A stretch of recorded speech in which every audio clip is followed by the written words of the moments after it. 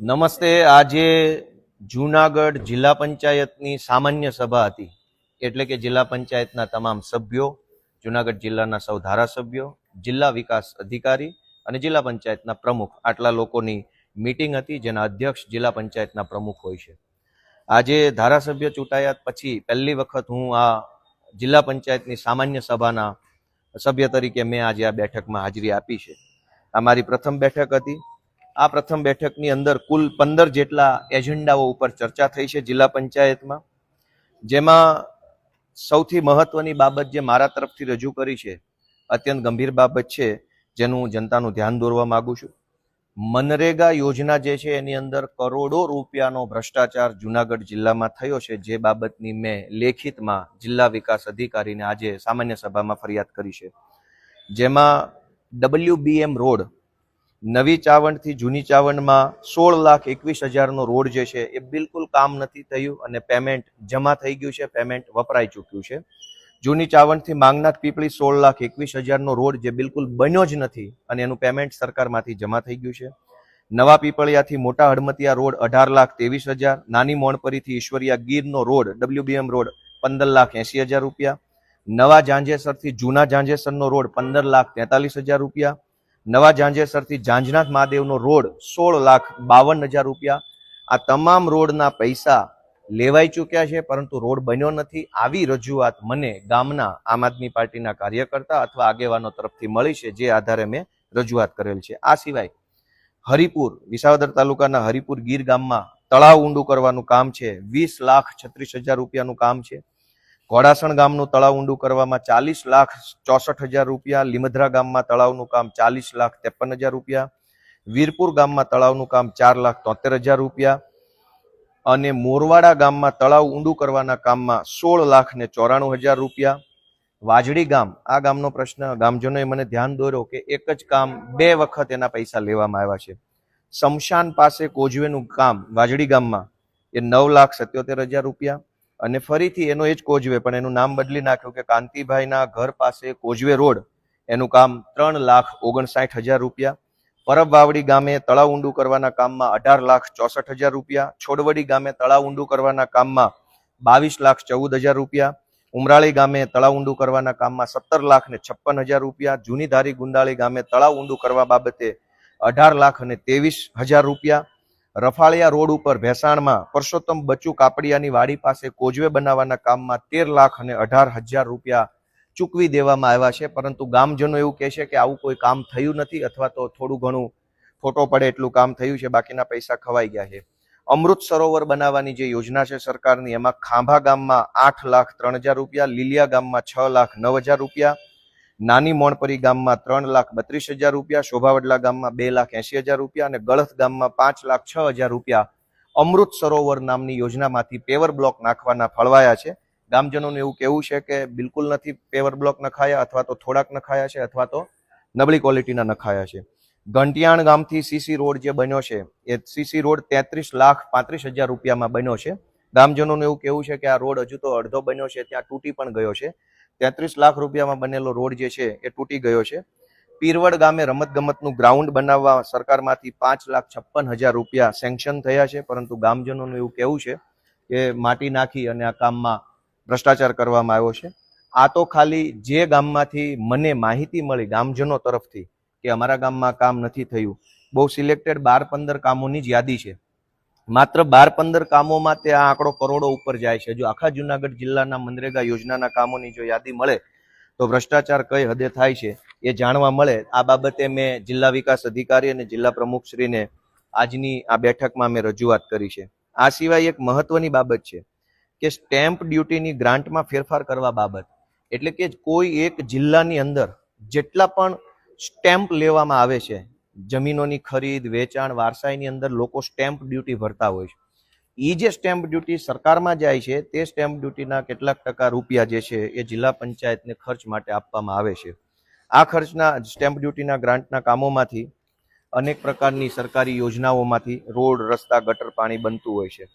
સરકાર આ જિલ્લા પંચાયત દ્વારા 2025 માર્ચ મહિનામાં વડાળ ગામે ભિયાળ રોડથી જાલણસર તરફ જતો રોડે મેટલનું કામ મંજૂર થયું હતું.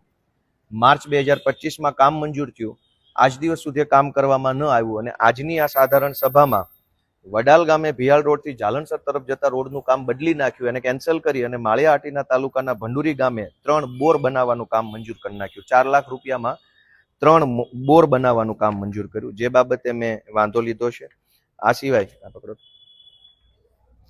આ સિવાય અનેક એવા કામો છે જે કામોમાં માંગરોળ તાલુકાના રહીજ ગામે આંગણવાડી કેન્દ્ર નંબર 2 અપગ્રેડ કરવાની ગ્રાન્ટ હતી અને માંગરોળ તાલુકાના કરમદી ચિંગરિયા ગામે આંગણવાડીમાં અપગ્રેડ કરવાની હતી. આ બંને કામ કેન્સલ કર્યા છે.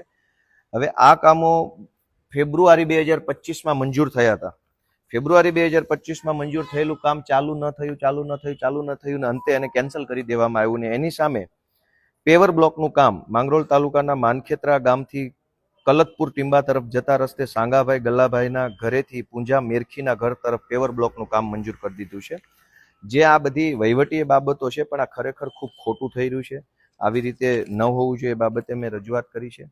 એક ઇન્ટરેસ્ટિંગ પોઈન્ટ એ છે કે બલિયાવડ ગામે ગોપાલ ગામ વિસ્તારમાં સીસીટીવી કેમેરાનું કામ ફેબ્રુઆરી 2025માં મંજૂર થયું હતું.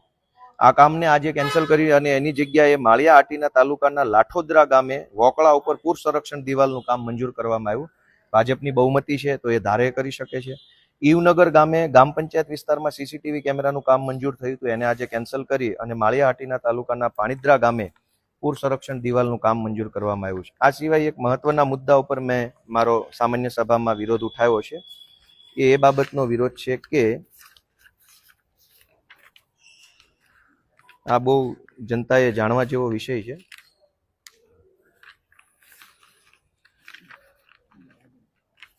આગળ છે સામાન્ય સભાની અંદર સામાન્ય રીતે ચૂંટાયેલા નેતાઓ શું કરતા હોય છે એ આમ જનતાને ક્યારેય કોઈ કહેતા નથી, કેમ કે બધાની ભાગ બટાઈ સરખા અંશે ગોઠવાઈ ગઈ હોય છે. એજન્સીઓમાં ભાગ હોય છે ને બધી જગ્યાએ, પણ મારે એવું કઈ કરવાનું નથી. એક ઇન્ટરેસ્ટિંગ વાત આજની સભામાં એ છે કે ભેસાણ તાલુકાના ગળથ ગામે નદીના સામા કાંઠેથી સ્મશાન સુધી પૂર સંરક્ષણ દિવાલનું કામ બનાવવાનું સરકારી કામ 3 તારીખ ફેબ્રુઆરી મહિનો 2023માં જિલ્લા પંચાયત દ્વારા મંજૂર થયું. ફેબ્રુઆરી 2023માં ભેસાણ તાલુકાના ગળથ ગામે પૂર સંરક્ષણનું કામ મંજૂર થયું. એ સિવાય ભેસાણ તાલુકાના ગળથ ગામે કાંતિબદાના ઘરથી ઢોળવા તરફ જતા રસ્તા પર પૂર સંરક્ષણ દિવાલનું કામ પણ 2023ના ફેબ્રુઆરી મહિનામાં મંજૂર થયું. આ બે કામો ફેબ્રુઆરી 2023માં મંજૂર થયા. એ બંને કામો આજ દિવસ સુધી ચાલુ જ ન થયા. કોઈ સરકારી પ્રોસેસ ન થઈ, કામ મંજૂર થઈ ગયા પણ આજ દિવસ સુધી કંઈ કામ ન થયા. આજે આ જુલાઈ 2025ની સામાન્ય સભામાં આ બંને કામો કેન્સલ કરી દીધા કે ભાઈ હવે તો આ કામો થતા નથી.